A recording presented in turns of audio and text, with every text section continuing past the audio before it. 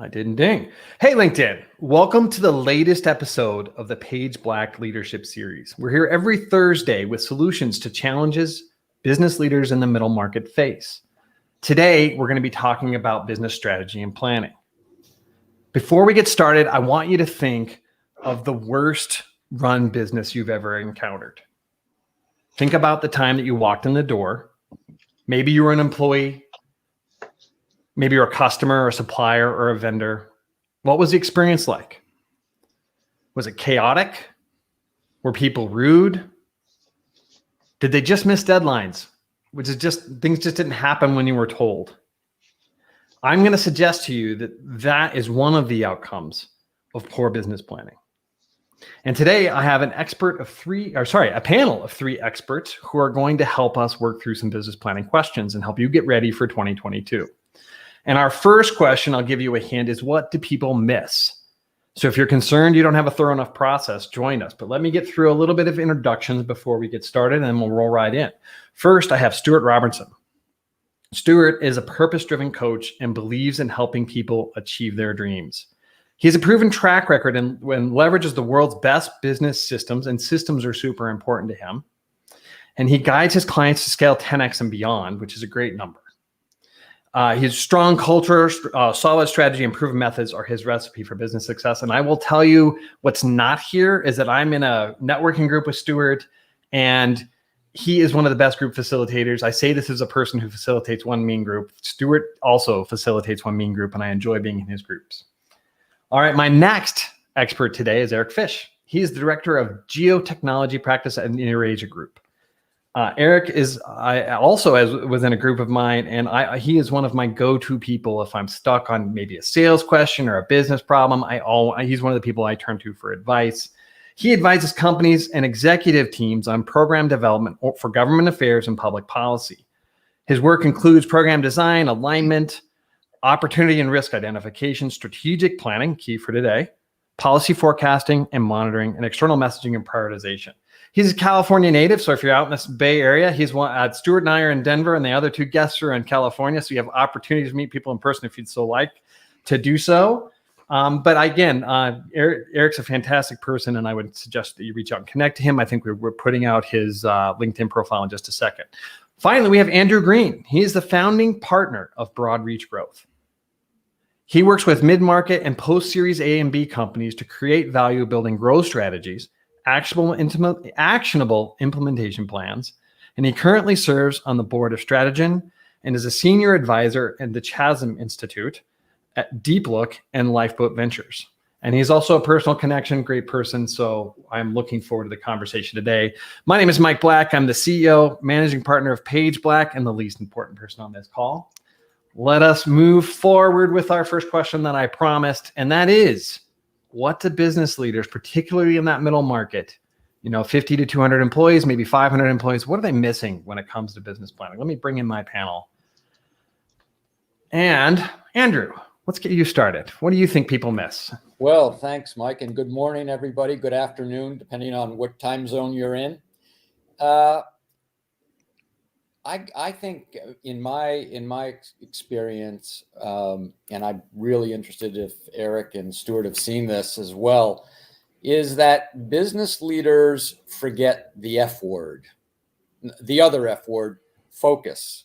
So in business planning, I have seen long laundry lists of things we're going to do next year. And I think there's a client of mine, in fact, that was growing very nicely, but the CEO didn't think that things were moving along as they should. Everybody seemed busy, but there didn't seem to be a lot of traction. What we did is took a step back, and the focus question really became central. What are the 3 or 4 things we can do over the next 6 to 18 months to really change the trajectory of the business? So I'm going to stop there.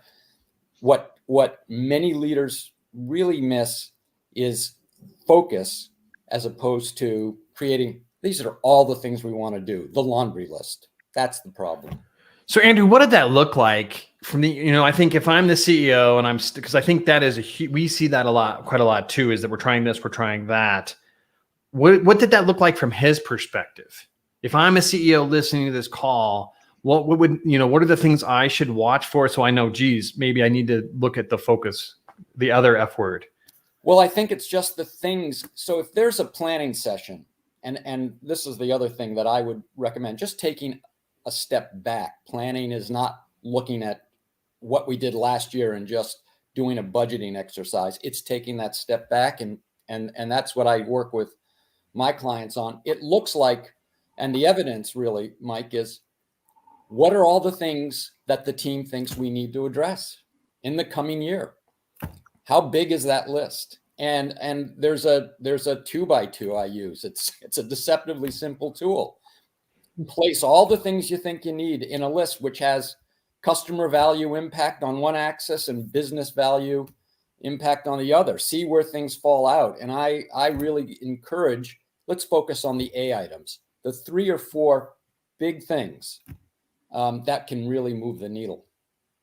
Yeah, I've started to do I should really follow your advice here on the axis piece in the 4 quadrants you're talking about. I really like to do things on a quarterly basis because I feel like when I go annual, it just messes my timing up. And I feel like if I can just have quarterly rocks or goals or whatever that is, that helps me a ton with my focus.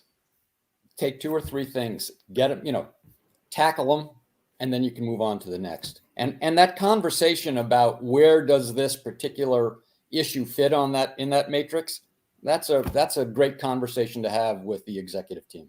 Right. A whole lot better to get 2 or 3 things done than to try and get 50 things done and get 10 of them halfway done.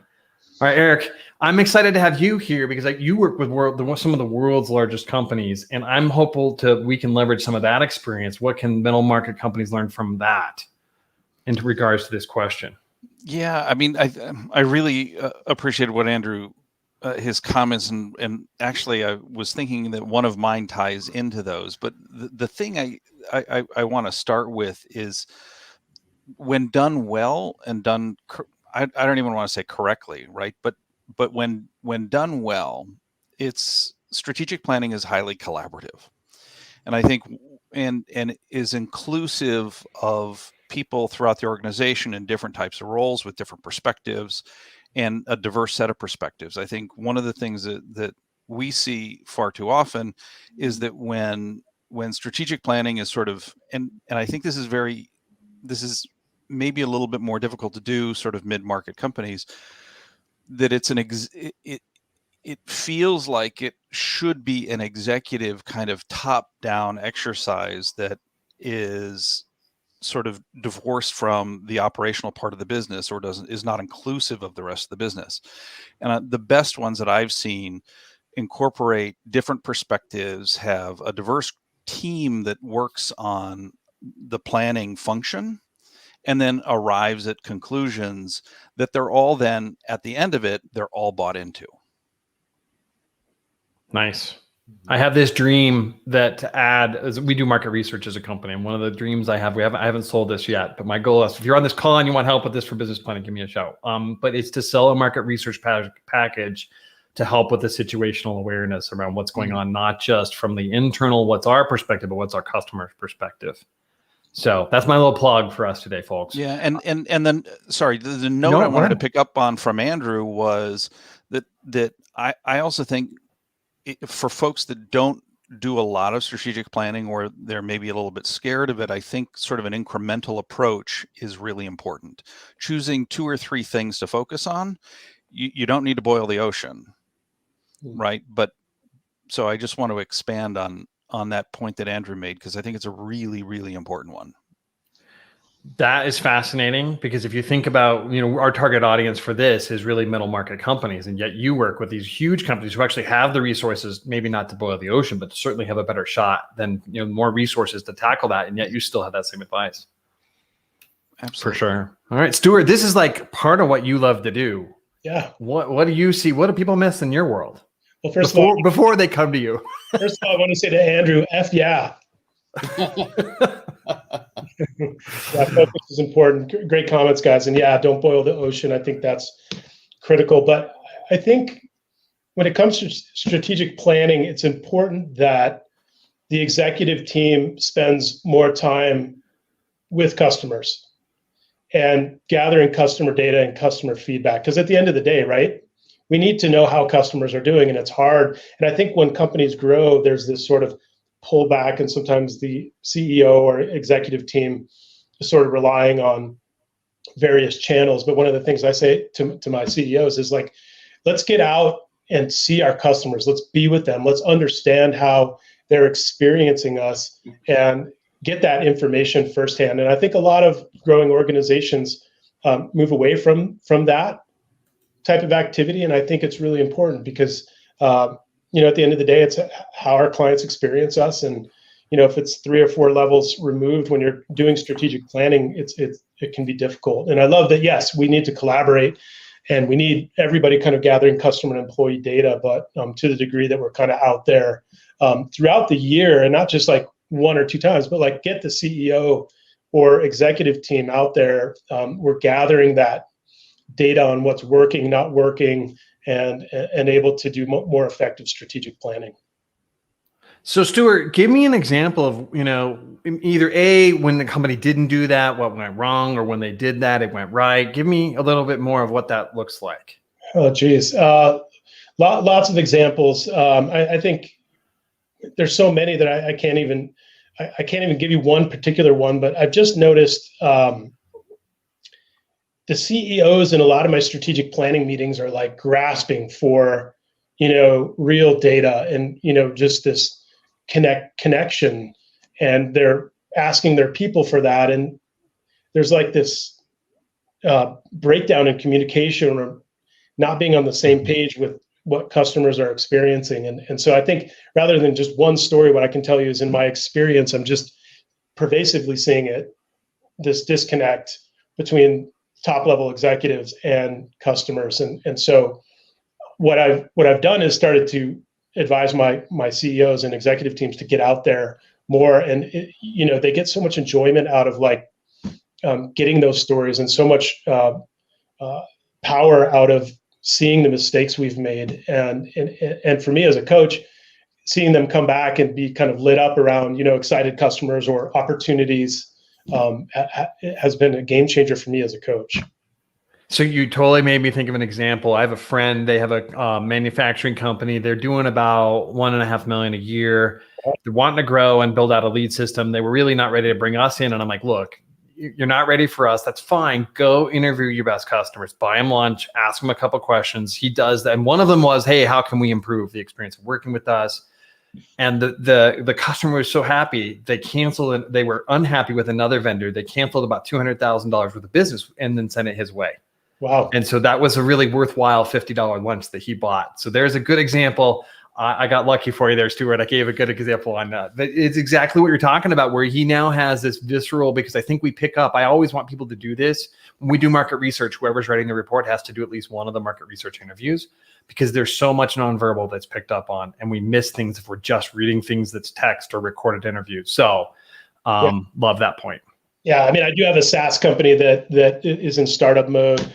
They've gotten Series A funding, and their market is, compliance software into Fortune 500, and they're directing their development team, right? Product development, software development team, and the team doesn't really always understand exactly what needs to be developed. I mean, they're communicating that down, but without that insight as to like how are the clients experiencing the product, it's hard to make the product better, right? Sometimes we develop things myopically, and we need that information. So that's such a great example, because software, you might as well burn money if you're not doing it right, because it's expensive. It's hard to do right, even if you know what you're doing and around kind of your goals. And if you don't have the right goals and you build the wrong stuff, you can easily go broke before you get anywhere. So great example.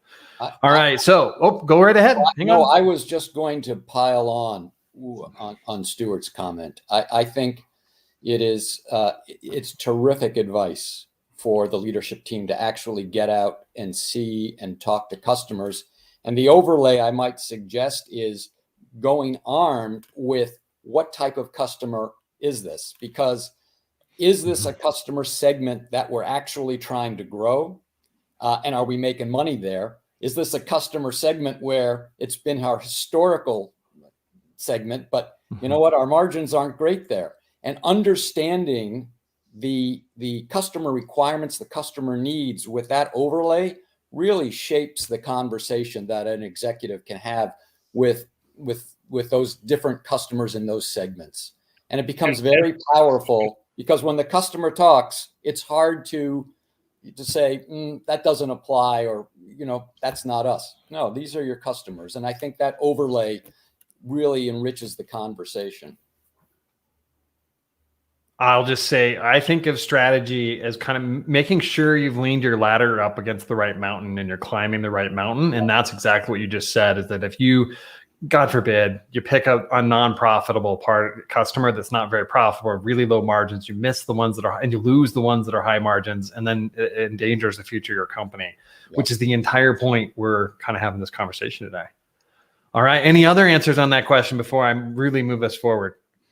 Well, yeah, Mike, let me chime in. So let me just say a word on sort of, particularly for those who don't do a lot of strategic planning, or they're not sure sort of what it is, just to pick up on something that Andrew said earlier, and that is to iterate and improve something that you're already doing well, rather than looking for massive overhaul.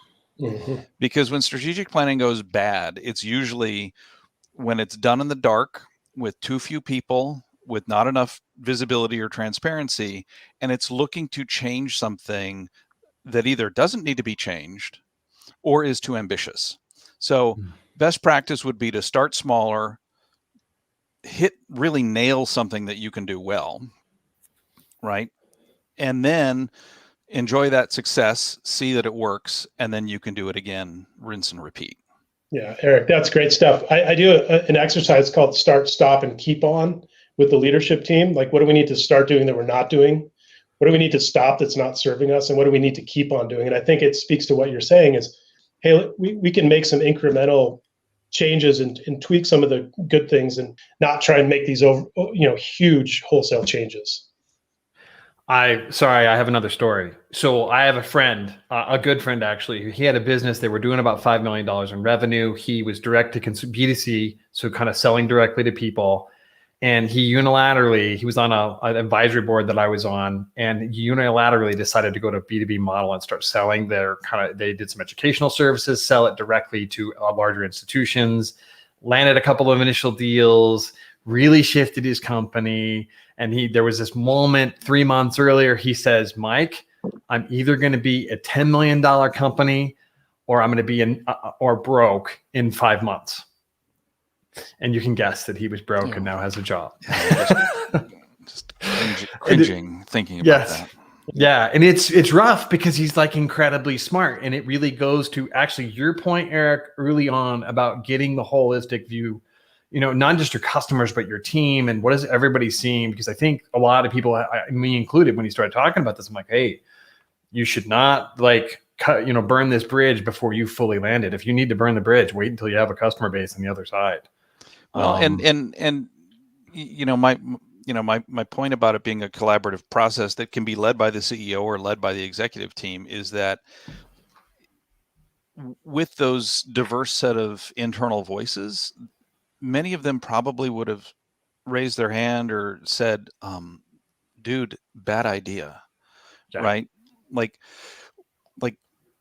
there are impediments here that you may not be seeing, and it may be operational impediments. It may be, sales or business development. It may be marketing, whatever it happens to be. But I think without enough voices that are contributing, the output then is a bit myopic, and that includes customers too, Stuart. I mean, massively important. Well, and it turned out his B2B customers were Vapor. That's what it was, is that they disappeared after he kind of made the launch. It's unfortunate, but we learn our life's lessons sometimes. All right. So quickly about Page Black. One of the things we help companies avoid is what we call guess and hope marketing. And I'll give you an example of what that looks like. I was going to meet with a potential customer, and I'm driving down, and I drive up to this building, and they do home improvement, they do roofing. They were doing about $15 million in business, so they're a pretty significant company here in the Denver. The building is a gas station that was nicely converted, had a really nice vibe. But when you look outside on where the gas station sign was, it had discounted granite, so it would say the lowest cost for granite countertops in there. And I look at it, and it's kind of not in the best part of town, but it does have a nice view. So I would challenge you as an audience, what kind of customer do you think they're going to pull in if they have discount signs in the front? And what is the environment you expect when you walk in the door? So I walk in the door, and I was shocked because it was like a custom home building gallery. They had a $40,000 conference table to my right. They had $1 million worth of granite in the basement. That's why I'm not telling you where they are. I'm sure they have good security system, but I don't want to. No, I'm kidding. But they really did. And so it was this disconnect. And so the people they're attracting with their marketing are not the people they really want to do business with. The people that drive up off that aren't going to be the people. They're going to have that same experience I had I was honestly unsure of myself. I went from understanding on the outside what this company looked like because their website reflected the outside. It didn't reflect the inside. It was a really interesting experience. So what we do here at Page Black is make sure that your marketing is aligned with drawing in the right customers, much to that conversation we had earlier.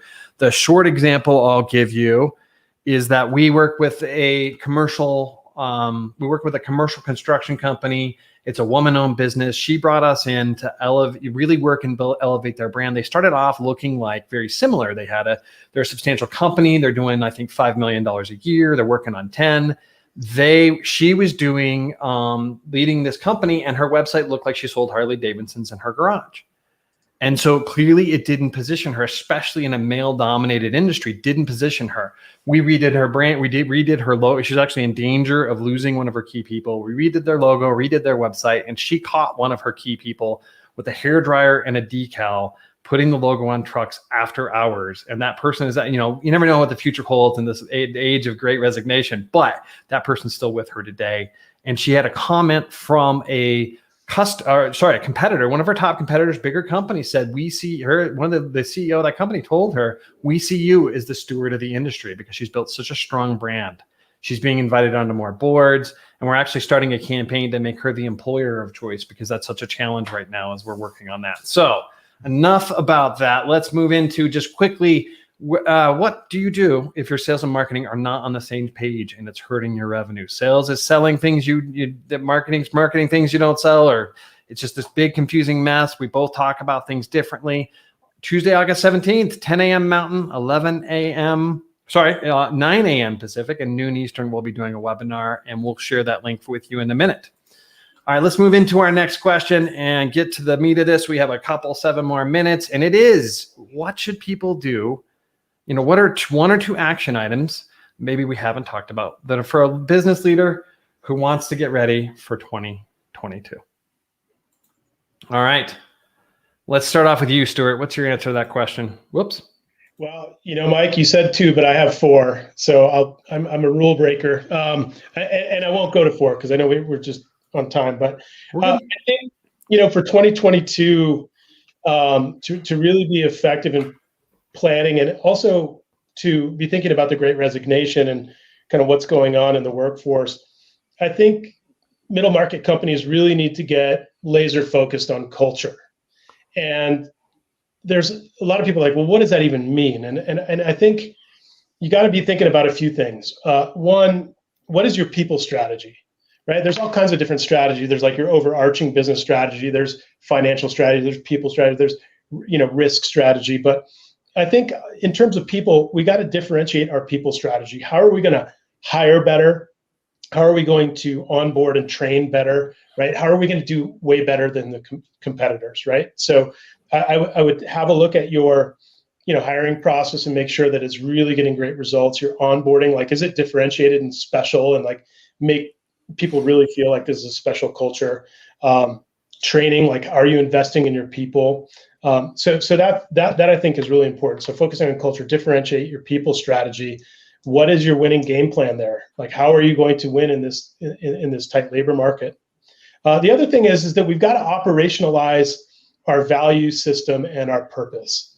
And a lot of people have like core values and a purpose, but they don't actually truly operationalize it, live the culture. It's not just words on paper or what you put on the side of a truck or on the building wall. It's living it, right? And being very intentional about that. So focus on culture also means that we got to be getting our employees' feedback. We have to be listening to them. And I think those are three areas that, focus on culture are really important. The second thing I'm going to offer is, and I have a little quick story, is to narrow your niche. And Andrew, you were speaking about this a little bit earlier, but this is one of the things I wrote down as I was preparing last night. And the story I have is one of my clients, they're a construction company in Denver. And, we were doing strategic planning, and the question came up about, how big do we want to get? Because, in this market, like construction is just blowing up and there's a lot going on. And there was a part of the conversation where we just said, you know what, let's not grow to 100 million, and be industry standard 2%, 3% net profit if we're lucky. Let's look at what we're doing and figure out where our best margins are. And so we said, here's the whole pie. This narrow slice of what they were doing is this thing called Special Projects Group. And the margins in that business are much higher. And so the sales and marketing executive was asking, well, do we want to go out and bid all these projects? And the answer was no. Let's not grow to 100 million. Let's focus on this narrow niche of our business and really go after that. And essentially it was not bidding large projects, but going direct to owners, building owners to do these projects.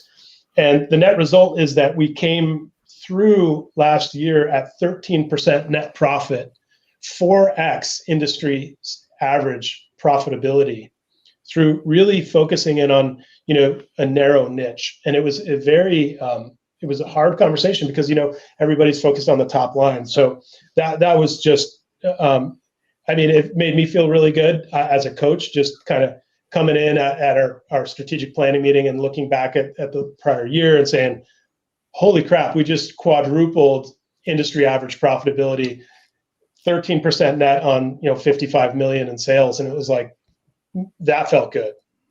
That had to feel good. Yeah. That's such a great example. I love it. Thank you. All right, Andrew, what's your thought on that? Well, I want to say amen, Stuart, on the culture, particularly the operational side. So culture is not just something that you great posters that you put on the wall in the break room. It is living it, and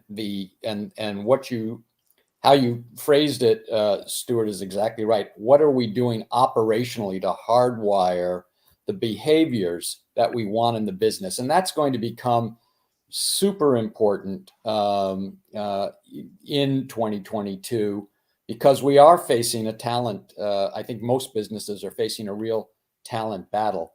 The other thing I would say is, in preparing for the planning, it is management by walking around.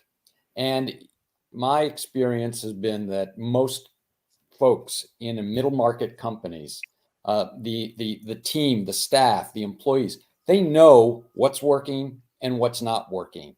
And executives that have the trust level, and that's a separate conversation, to walk around and understand where the challenges are in the business as seen from the employees and where the opportunities are terrific input for planning sessions. And simply asking the question begins to build the alignment around the eventual decision. So walk around more, even in this day of remote work. Yes. Quick tip is, how do you walk around virtually? Well, it's a great question, but we have all become much more facile with holding virtual events. And I think when you structure those, and I have done these, the participation is great because there is this built up energy around sharing what we believe is in the best interest of the company. Whether it's in person or virtual, the energy behind it's the same in my experience. I'll buy it. Yeah, they say there was a study that came out recently said virtual is actually more engaged. So that's another interesting challenge on this road that we're on. All right. Before I take us too far off track here, Eric, what are your thoughts? Well, I just need to emphasize or re-emphasize what Stuart and Andrew have already said. I mean, my initial action items would be to start with a team, don't have it to be top down, and that hits the culture issue, right? Like the inclusion and participation of other folks at different levels around the company within the strategic planning process gives them ownership and allows it, not only for better outcomes, but it also improves the culture because they feel, the participants feel like they're actually contributing in a very, very meaningful way. And the second recommendation is to start on for those that don't do a lot of strategic planning, it's start on an issue that you're already strong. So rather than try to go far afield and it's some new big initiative and we want to do something massively different, instead stay home, figure out, find the issue or items that you can focus on that you're actually already good at and try to improve them. And that'll set you up for the next strategic planning process. Love it. And so, folks, what I'm going to tell you what I didn't hear today was go to a mountain retreat by yourself over the course of a weekend and do your strategic planning.